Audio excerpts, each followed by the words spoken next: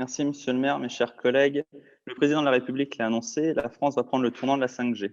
Nous nous félicitons de cette décision quand on sait le retard déjà pris par notre pays par rapport à nos voisins européens. L'Espagne, l'Allemagne, le Royaume-Uni, l'Italie, la Belgique, la Suisse, le Danemark, l'Autriche, la Pologne, la Roumanie, la liste est longue, tous ont déjà commencé le déploiement de la 5G, contrairement à la France. Mais avant de se positionner pour ou contre, il nous semble important d'essayer d'éclairer le débat et de rappeler ce qu'est la 5G. La 5G, ce n'est pas une technologie disruptive. La 5G, ce n'est pas un immense plan commercial visant à nous contraindre à renouveler nos téléphones portables.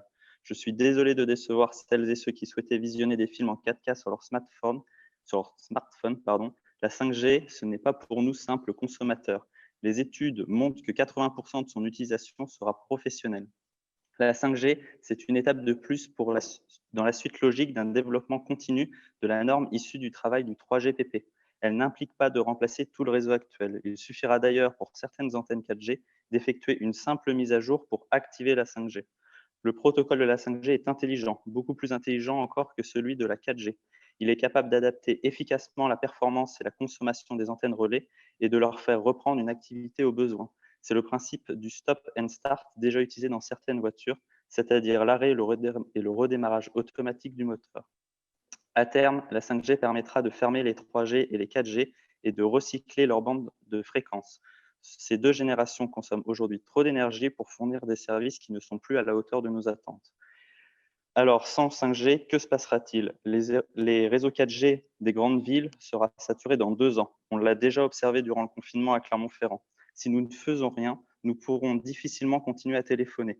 Nous avons donc 3 choix. Soit laisser le réseau saturé, soit développer plus de 4G ou déployer la 5G qui consomme 10 à déployer la 5G qui consomme 10 à 20 fois moins que la 4G pour la même utilisation. L'Agence nationale des fréquences a déjà répondu pour nous. La 4G seule fera grimper l'exposition aux ondes, alors qu'en mixant 4G et 5G, on arrivera à limiter cette exposition. Concernant l'exposition aux ondes, je souhaite rappeler, et l'ANSES le fait chaque année, tout comme les 28 000 rapports internationaux depuis 1950 qui vont tous dans le même sens. Il n'a jamais été avéré que les ondes radiofréquences qui sont celles utilisées par la 5G aient un quelconque effet ou un quelconque impact sanitaire en dessous des seuils limites d'exposition. Les Français sont en moyenne exposés à des valeurs 100 fois inférieures au seuil limite d'exposition, seuil qui a été fixé à un consensus international.